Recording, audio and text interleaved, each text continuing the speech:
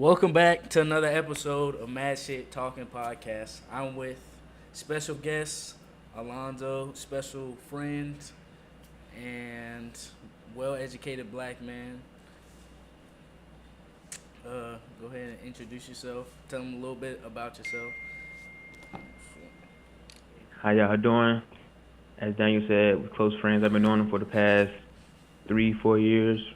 Friendship been going strong, building a better relationship, and hopefully the podcast takes off. How you doing, Daniel? How you been? Been great. Just preparing to transition or preparing to my next step in my life. But how is being in Hawaii? Cause I know that's a big transition from being in Georgia, cause it's across the country. So just tell us a little bit about What? that. It's been pretty decent. I've been attending Hawaii Pacific University. It's a downtown college campus, major in human resource development. So I just been over here to educate myself and taking courses about island history. So it's been a pretty smooth transition. The only thing is, it was like a little bit of a culture shock, and everything is so expensive. So a lot of moving pieces, but Yeah, the puzzle gonna be complete regardless of what happens. yeah. Okay, so why would you say it's a culture shock? Like, what's the different culture shock from being in the south of uh, America, Georgia, between being in Hawaii on the west coast? Well, the culture shock really comes from like, as you know, I got a I got a bit of a stutter, so that speech impediment, like the gap between languages, like I got what they call a thick southern tongue. So I try to slow down my speech because if I talk fast when I get excited, the islanders don't know what I'm saying, like at all. So I have to Yeah. explain a lot of things because the culture is already mixed as is over here. So when I come talking like I'm from uh Portugal or something, they're like, okay, where you from? So it's you know. Yeah, I mean, I can understand that. I wouldn't say it's very difficult because I'm in North Carolina, so it's not like a big difference. Yeah, But but the thing is, like I kind of slur my words a bit, so it's it's hard. But I've been working on it, as you can tell. Try to yeah, slow down when I'm speaking. yeah, And another thing, like Hawaii is when you first get here and you land at the airport and you're driving off the highway, it's beautiful. Like as if you search right now Hawaii, the pictures that show up is going to be beaches, beaches, beaches. Because when people think about Hawaii, they think about paradise, beach, sunshine, which is the case. The weather is great. It's always at least 79 degrees, so yeah, that's there's good. something is So, okay. But I missed the cold, so that's why I was home uh, why do you miss two the months cold? ago. Why you miss the Well, cold? it's more because like it's hard to get dressed up and stay dressed up in Hawaii, especially if you're moving around all day. Like the other day, it was kind of cloudy, so I wore a sweater and some jeans. Not a smart choice because it's the humidity because it Yeah, had just rained, so it's like the air is always thick, so I'm sweating up a storm. But luckily for me, I was that was after I left from indoors because I had some business to take care of at the campus. okay. So what would you say like one of the more harder things leaving home? It's a new area, and stuff you're not used to. Maybe even like food. How they live, stuff like that. Even though it is the United States, but it's a different part. Yeah, Hawaii is part of the U.S., but like it's its own subculture, which is made up of more cultures. Because the island, yes, it is Hawaii, but it's heavily influenced by East Asian culture, and by me being on Oahu, which is the island where most of the military bases are, it also has some Western influence too, especially heavy from California, Washington, and some sub parts of Texas and New Mexico. But the biggest challenge for me would be the price differential. Everything is up through the roof. Like that's why Hawaii is a perfect place to visit. But as far as living wise, if your pockets aren't straight, you're gonna struggle for the most part. Because I plan on moving to Texas in the near future, and I've done my research already. The prices, cost of living is cut in half. It's 49% cheaper to live in Texas than it is to live in Hawaii. So having to count my pockets and be aware of the spending habits, because if you come over here with a set of money, like a small pocket of money, and think that you're just gonna hold on to that, you're surely mistaken. I was reading something that said that the cost of a $100 bill, the actual value of it in Hawaii is below $89 or $85, which is Wow. crazy. Yeah, Yeah. I didn't know that. But Yeah. like more on the culture, what do you think? So like, what do you think is some of the cultural difference? Like more specifically, because like you're black, so black culture is a little different than the culture over there. So what would you say some of the differences specifically is? Some of the, if I'm being honest, it's more relatable than anything because the culture in Hawaii is they're big on family and unity. Like even if you have a Tongan or Polynesian downtown and they see say a random man getting jumped, you're gonna have a group of the same people and they're gonna disengage on whatever's going on. So like they're big on family, which is the same for the black culture for the most part. Everything is one unit, well, or as it should be for the most part. But the only difference is I would say is generational living. What I mean by that is like Hawaii is big on having like multi generational people living in the same household. Like you may have your grandma, your granddad, auntie, uncle, Yeah. cousin, brother, sister, all in one household, and that's due in part to the Hawaii. I mean the island being so expensive versus black culture. Uh, well, I mean, I guess it varies, but my family was close too, so that's one of the similarities. But the difference would be What about like the main difference. some of the, well, let's say like maybe food. Oh, food. Well, like I said earlier, the food is heavily influenced by East Asian, Filipino, Japanese. So when I got here, I thought like it was just Hawaiian food, but I was mistaken because like the Hawaiian cuisine is a mix of other cultures as well. So like some of the main things that Hawaii specializes in, like pineapple, kalua pork, which I love pork anyway, so it wasn't a big deal to me. Spam and guava. Like if you go in any store or any ABC store across the island, you'll be able to find some kind of guava bread or some form of bao bun, which is like these white soft buns with a filling on the inside, or manupia, or it's it's a lot of different food. But since being over here, my favorite food is from it's like it's a mix of Filipino and East Asian, like chicken katsu, which is like a chicken breast real thin and it's fried. Imagine like panko fried chicken, but it's thin. Okay. And lechon, which is like roasted pig, but the skin is real crispy. Like I love lechon so much that I bought pork belly this past weekend, and I'm gonna try to make my own uh sort of kind of lechon with from the pork belly. So Okay. Okay. yeah, Trying new things. yeah. So we were Also, talking. sorry too. I just remember too, like it's a lot of like drive-ins and food trucks in Hawaii, like poke, for example, is like Oh yeah, pretty much I raw love fish. poke. Yeah, I love I don't poke. like poke. I can't eat it.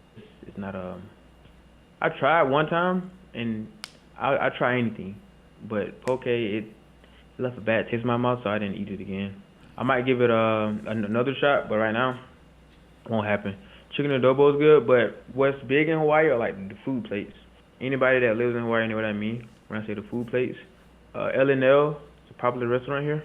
So the food plates is like you get two meats, whatever else you add on, and every plate has two scoops of rice and a scoop of macaroni salad. And you got your cabbage on the bottom for the people on the light diet. But it's like you get a lot of food for like 12, $13. You're not gonna eat it all unless you're working, the laborers like unless you're like an electrician or you're doing road work. But other than that, the food culture here is amazing. It's still some things I want to try, but I'm not a big noodle person, so Yeah, I'm not either. I hate noodles. Yeah, I don't like noodles, bro. yeah, I'm not Noodles either. are not no. But so I know you were talking about how expensive it is to live in Hawaii. So what how as you know being a black man in America, how are you educated on financial literacy? What were you taught growing up, and then how have you learned from then and your My financial experiences? literacy my financial literacy comes from trial and error for the most part. Like when I got my first vehicle, financed it on my own because it's just a lot of research that goes into being financially literate.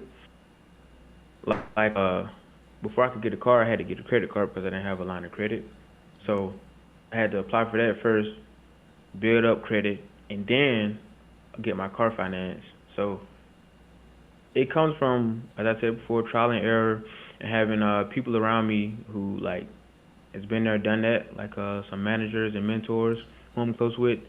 I'm always asking for advice just so I can have somebody to poke a hole in my plan because it's important to have someone to be able to pull blocks from your Jenga tower to see if you're stable enough to stand on your own. Because if Yeah, not, and you fall over, then hey, you got to start from scratch, which I've done on which I've done more times than I like to admit. So, yeah.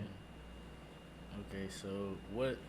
So just for some people that may not know, what are some of the things that you learn, experiences or from like mentors about financial literacy?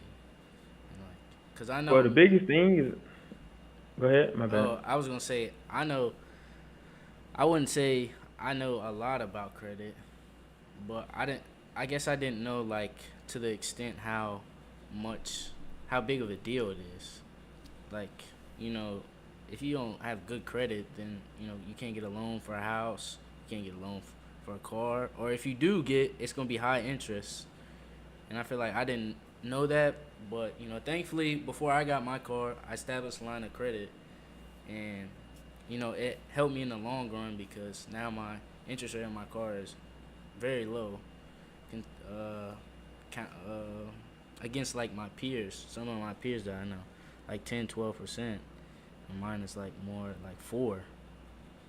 So I think I still got a lot to learn, but I think you definitely got to do your own research, and sometimes it is trial and error. But Because you, with my car, when I finance it, my interest rate is 11.2. So I'm assuming that I fall into that category of your peers with a better interest rate. I mean, I But know mine people was, with higher, so like I eighteen mean, yeah, of course. percent. But 18 is crazy. That's crazy. But honestly, bro, research like with the social media age, everything is at your fingertips. You need to know something like these devices right here. Like all you got to do, open it up and go to this You could literally type, application called Safari, right?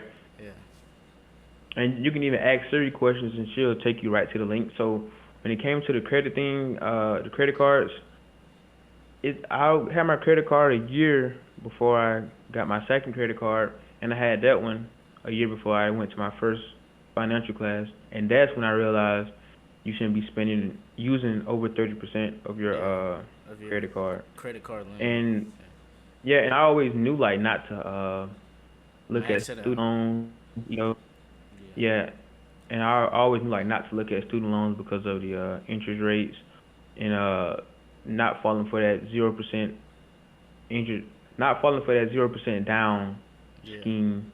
Not really a I feel scheme. like It that really kind of helps gets for people gets that don't people have it. like.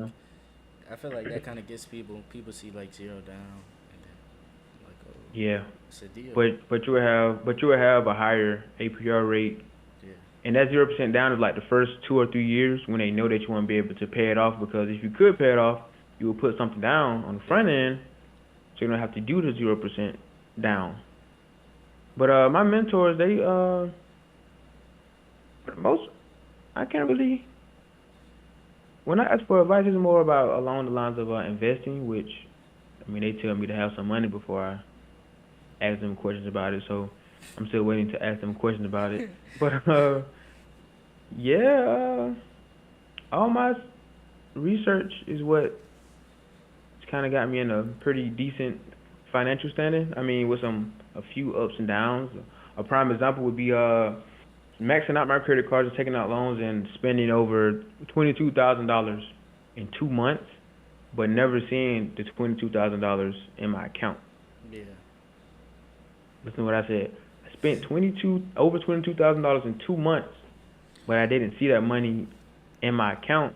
Yeah. Due in fact to like the money moves so fast that you don't realize that you're swapping your credit card for 784, 895, 984.32. I know that's a specific number because those are the numbers that stand out to me because when I was spending, it wasn't clicking until the following month when I see my bank account at negative 584. I'm like, okay, now I gotta lock in, and I'm recovered a bit from it. But if I could give my younger self some advice, which I doubt I would listen to because Hard-headed? I'm a no, not really. Like I prefer to learn on my own, in a sense.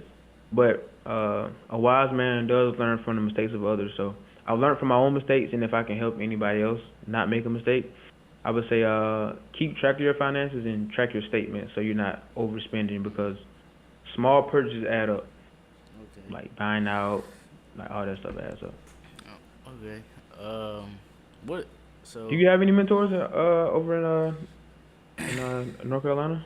I would say I've had some mentors. You know, some of them, you know, they go to other places. You know, they move away. But I think I definitely learned, you know, stuff about money and investing, to be specific, because I just learned that like you don't have to have a lot of money, but it's good to just do it. Do whatever you can put in. It's better to put something in than nothing. Some Yeah, people can because put in $500 a month. Some people only put $20. $20 is better than you putting no money. So yeah, because like what I've been recently doing, because I haven't bought shoes in over 2 years. Like shoes, oh like oh, I yeah, want those. yeah, me too. I don't.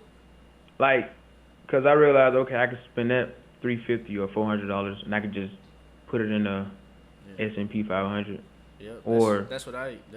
or I can save that money and reinvest in myself, whether it's taking an additional course at the college or going out and learning a valuable life skill. You know. Yeah, yeah. I mean, I think that's very important. I think I learned that with like shoes, even though you know I love Jordan. I love like Jordan 11s. I wish I could get all of them, but you know I think like $400 for some shoes. I could spend that Yeah. $400. I could put it in some stock that's gonna make me money over the long run, and or just invest it in myself, invest it into the podcast, this my YouTube, the stuff. I get invested in Right. that to lights, better camera, whatever it is, something that's gonna help me, better myself, or just a high What's the quality skill. what's the best piece of advice you've gotten from a mentor, family member, or a friend? Um, I would say the best advice is um, maybe something I can think of off the top of my head is probably my mom is you gotta do what you need to do first before you can do what you want to do. Priorities. So you know, it's all about priorities and managing your time, and and nothing's handed out, so you gotta go take it. Yeah, time management is a big thing that some people don't realize is like an important life skill because if you're constantly waiting last minute to get something done, and I know we probably did it in school with procrastinating on an assignment, but that's because we didn't really, it wasn't really as important. Yeah, But it's important to learn at a young age, so by the time you do hit the real world, or when you hit the real world, you hit the ground running, you know, okay, it this just ability to puts do you ahead so, of maybe I should go everybody ahead and else. pay it. Yeah, and it's definitely important in college because nobody's holding your hand unless you have like an advisor that's really fond of you. Like when it comes to submitting your FAFSA form, getting your financial aid taken care of, registering for classes, or registering just for scholarships, doing the proper deadlines, like all that stuff matters. even if I Time mean management is very important. even if you're not going to college, I seen a quote the other day. It said if you're if you're early, you're on time. If you're on time, you're late, and if you're late, that's unacceptable. Because you gotta have time management, and I think some people say there's not enough time in a day. I don't think that's true. I Well, mean, it you depends have on when you start your day too. yeah, like you have 24 hours. So and you sleep for about 7 to 8 of them. You work maybe for 5 of them. You have more than enough time to get something done. And I've Yeah, come to realize that too, like because like as of now, like for the I'm taking classes for the summer term. I could have took a break, but if I can finish my degree faster, then why not yeah, go ahead and knock it out the way now? yeah. Because what else do you have to do? Like, besides, I'm saying like, what else you got to do if if you're not gonna be taking the classes, you're just gonna be sitting That's it. around. So yeah, so that's why 2 classes. I went ahead and added 2 minors to the degree. So hey, let's go. I'm ready. So, speaking on like financial aid and people not knowing, what do you think? I mean, you talked about social media, so what do you think like some of the impact that social media, maybe just from your perspective, what you've seen, because you can't speak for everybody, what you seen about like maybe black culture or just like even this generation, what do you think are some of the negative impacts that you have seen? Just Social media is just for the most part it magnifies certain stereotypes. Like if it's a viral video, it's one viral video with 2 million views, but for every one viral video, it's 5 sub videos with like 100, 200, or 1,000 to 2,000 views. That's promoting education and excellence within our community. So social media is just it shines a negative light for the most part on the situation, but most of the comment section you see they're kind of disowning it for the most part because our community is diverse in the way we interact with each other. So social media it's a toss up because some people they can do good off of it. They can catch fire and go viral overnight, and they can leverage that to create a even better career.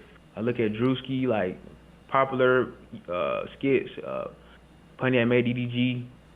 I watched all his skits growing up. Now he's a artist, big figure. So RDC World, like, look at all these guys. yeah, Like I watched all their skits, yeah, and they were using social media for the right things, and they blew up off of it. So it depends on how you use it for the most part. Like if you're following negativity and consuming negativity, then you're gonna think in a negative light. yeah. That's But why I don't really I stay would on that say side of the internet for the negativity most is part.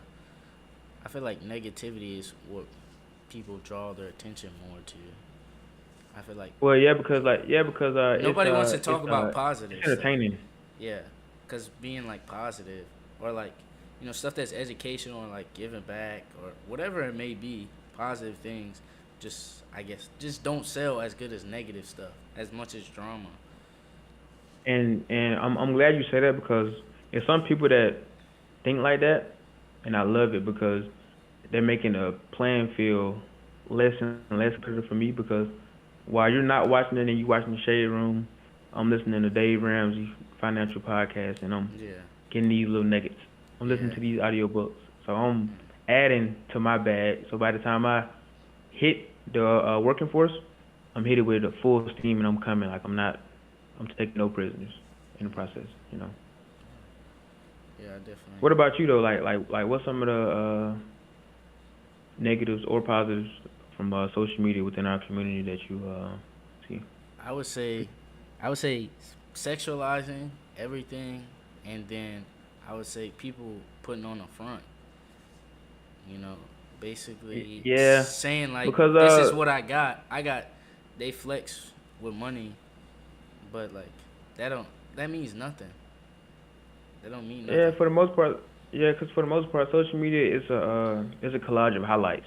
Yeah, So I most seen people that they today. see it like it's a collage of highlights. So most people that sitting behind the screen, they're comparing their behind the screen experience to someone's on screen experience. So it creates a natural divide that humans have anyway with comparing subconsciously that we naturally do. So once you get past that phase of subconsciously comparing yourself to others, then you will see for what it is. And Like, well, it's just a picture, so why should I care so much?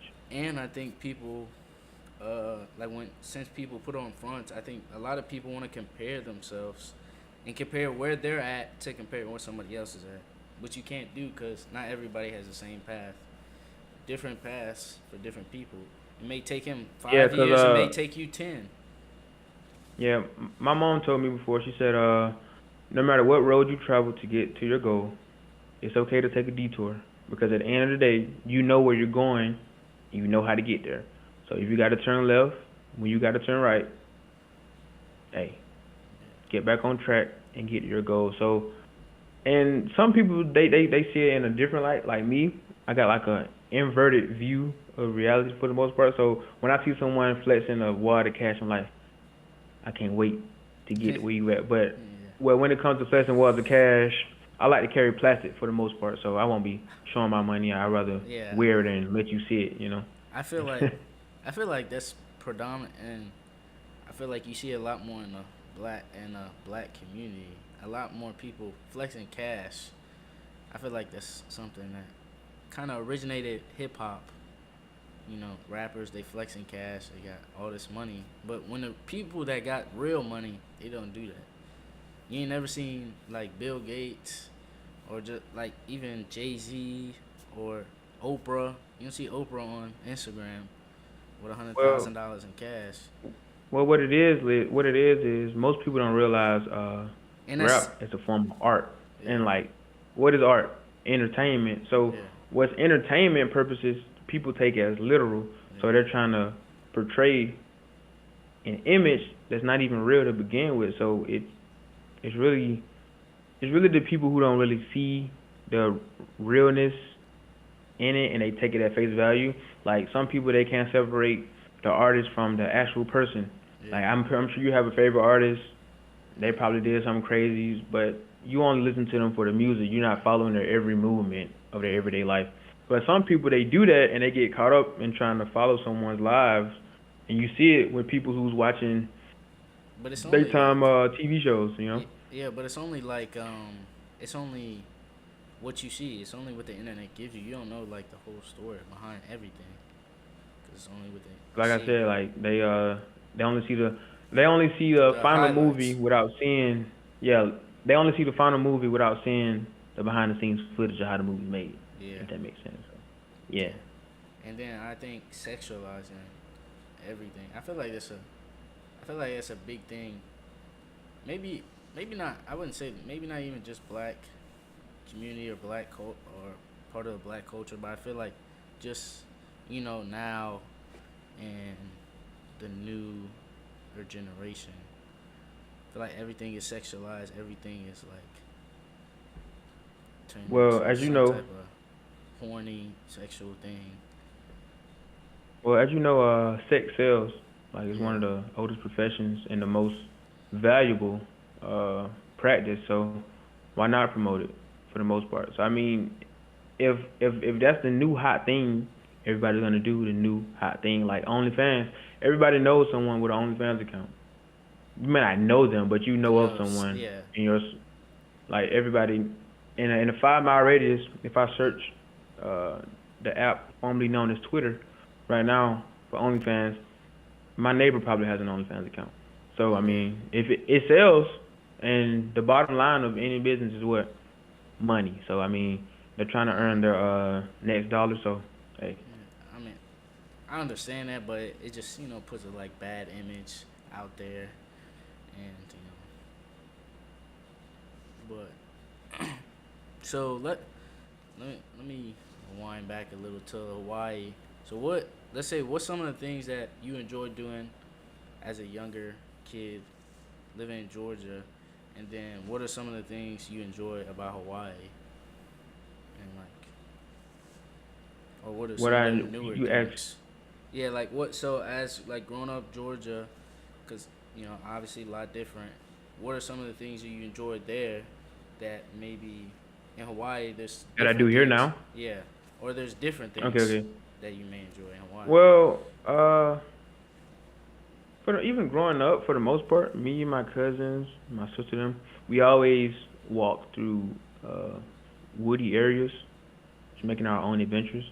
So Hawaii has a lot of different hiking trails, and I'm kind of embarrassed to say that I've only been on one hike while being over here for the past 3 years, which is crazy.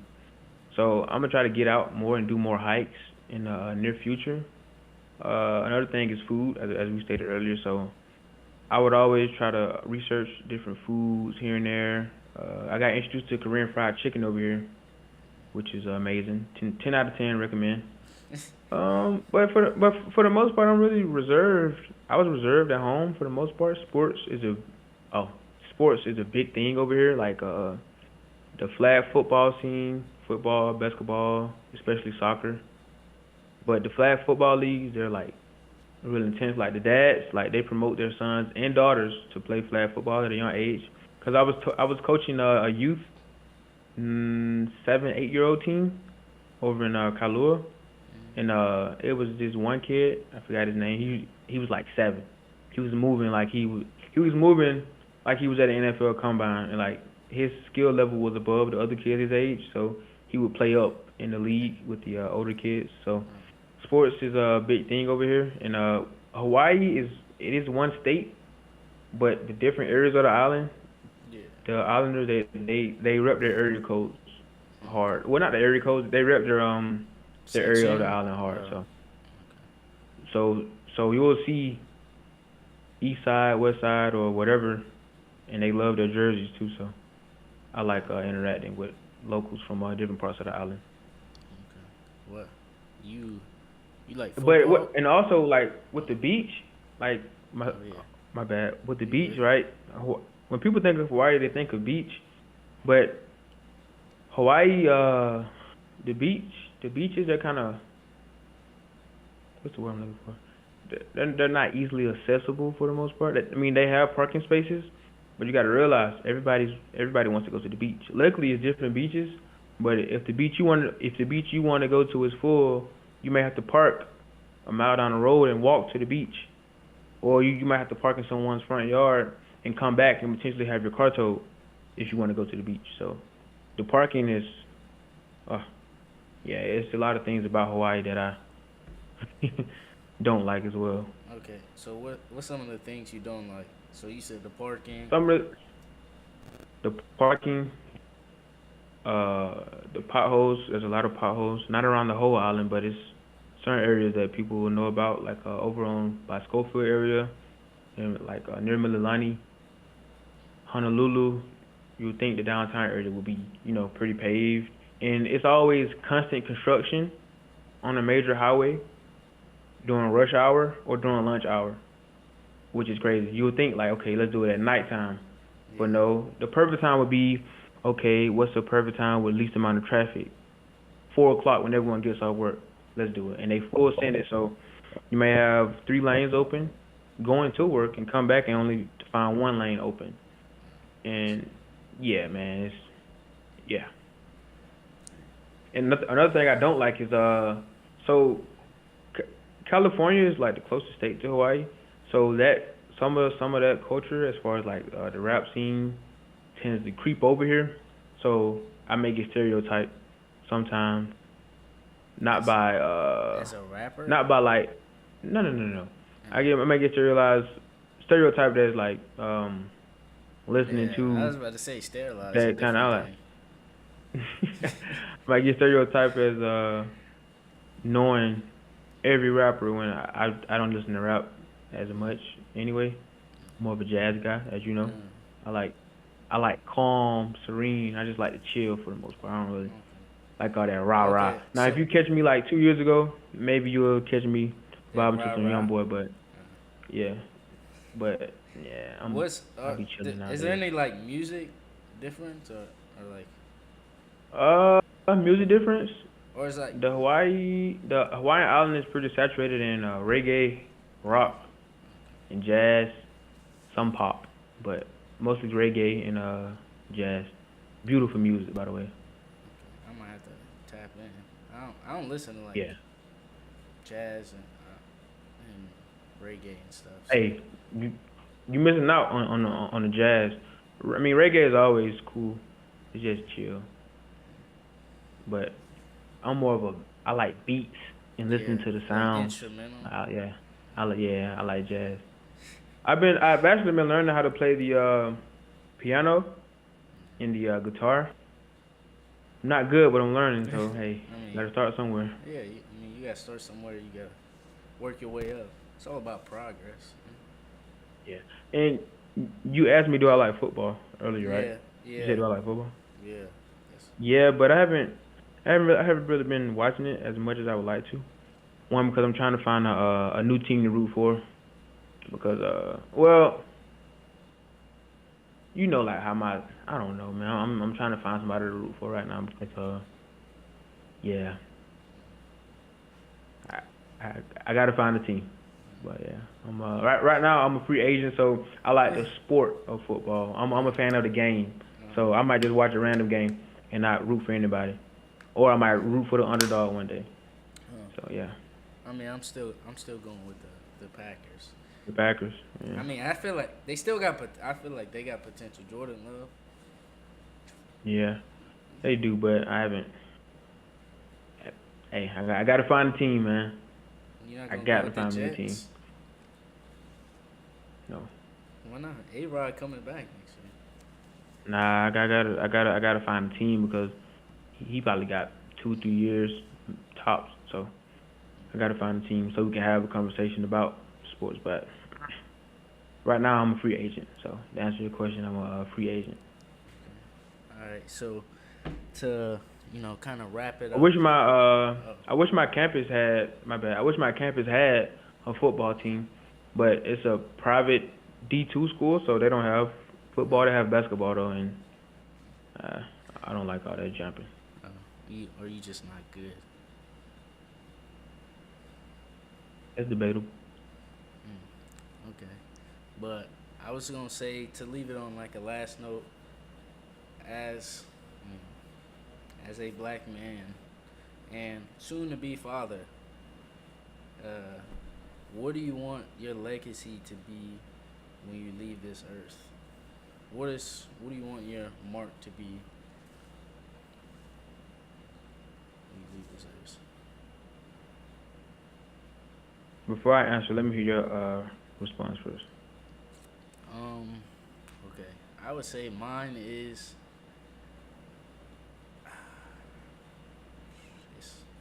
it's a good question.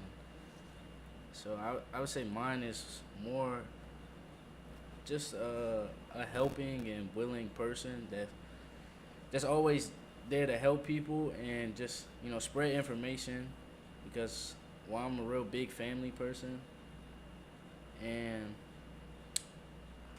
I I enjoy helping people, so I want my legacy to be you know one day a loving great father and person just willing to help everybody and just somebody that stood for something. And I got a tattoo on me, a man who stands for nothing will fall for anything. I feel like somebody that stood for what they believed in and never let others veer them from the direction they were trying to get to. So that's your legacy after you leave. But what do you feel your purpose is now? uh I think my Although we are young, but as of now, and our mind might change tomorrow. But what do you see your purpose being on the um earth right now? I would say my purpose right now on earth is, I feel like in this in a sense is to educate. Even though I'm not the most educated person in the world, but I feel like I have a little bit of knowledge that may everybody may not know, even whether it's peers or my family members. I feel like my purpose is just to educate and elevate everybody around me. And kind of show them how it's done and kind of be a mentor and a role model. 'Cause I feel like Yeah, maybe my younger yeah, because siblings, having younger siblings, even though I don't live with them, I would I can kind of see how they look at me as like the older brother. inspiration. Yeah, he's doing Yeah, this, because the this, thing and that. is, like, you don't know what you don't know, so that's good that you're trying to educate people around you because some people, as you said, a closed mouth really don't get fed. So if you're hungry You gotta say and I don't hear your stomach growling and you just staring at me, I'm not gonna know that you want a piece of what's on my plate, you know? yeah, and I also don't Yeah. wanna. I feel like this is a thing maybe in the maybe just in general people like gatekeeping. I don't really believe in that because I feel like it don't matter what you tell somebody. Everybody got to go out there and get it. You could tell somebody the exact way to make $1 million. You could live stream it on CNN how to make $1 million. Everybody not gonna do it. Yeah, Every because that's what makes us different as humans because some of us have different goals and yeah, we have different levels of drive and yeah, ambition. So if you're not ambitious and attentive and astute to what's going on, you're not gonna sit there and take notes, note by note, on how to make $1 million. That's why, like, when some of these people sell these courses, I might sell a course soon. When they say these courses on how to become a millionaire overnight, I think to myself, how can you tell someone how to make $1 million overnight? unless you win the lottery. It yeah, because like, and people don't understand how money works, but that's not how money works. Money doesn't work that way unless you discover like a breakthrough, something breakthrough in like the pharmaceutical side, like a cure to something. Yeah, Even then, they're gonna want to test it yeah. It's still and gonna go through take a a while. phase, like, yeah, before you ever get paid. Yeah, So, and after you get paid, they're gonna take a chunk off top of that anyway. So, yeah, and it doesn't make sense. Like even the people on Shark Tank, they built wealth over a period of time, not yeah. over a year. Some of them maybe 10. 5 years minimum. Like Yeah, so, yeah. Like you gotta have a certain kind of ambition and drive if you do want to be successful in anything, whether it's school, online courses, selling the course, starting a business, even creating a business plan. Like it takes some form of ambition because when you're selling something, it's your ambition that you're selling. Like, yeah, why are you selling this item? yeah. But to answer your question about what my purpose is on this earth, Or your legacy, and then you my say your purpose. That's or you my can say both. legacy, Yeah, my legacy is when I leave, I don't want to just leave. In a sense, I want everything I've done to be talked about. So when I die, I don't die. If that makes sense. Like, yeah. okay, Your name, I'm not your here just cause physically. your body Yeah. dies, your name don't Yeah, die with like you. I'm not here physically, but when I'm talked about, I want to see that sparkle in people's eyes. Like he gave me hope. Like Yeah, And as far as what my purpose is on this earth today, I feel like it is to uplift people.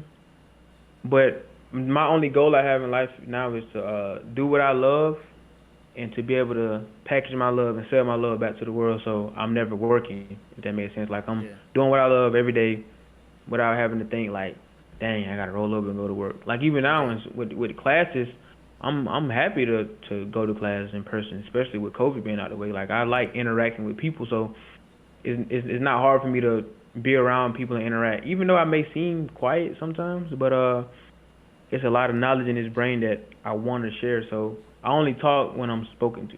Like you won't see me yeah, being outgoing. Like, hey, how are you? Nah, that's not me. yeah. I feel like I'm a what's up like that. kind of I'm like person. that. too. I'm not really, outgoing, but I think it's a good way to wrap it up. Everybody else, if you're listening, watching, let us know what you think your purpose is. Put it in the comment section. DM us or whatever. Let us know what you think, what you want your legacy to be when you leave this earth, and then what do you think your purpose is. But we'll be back hopefully next Sunday with a new topic. But we out.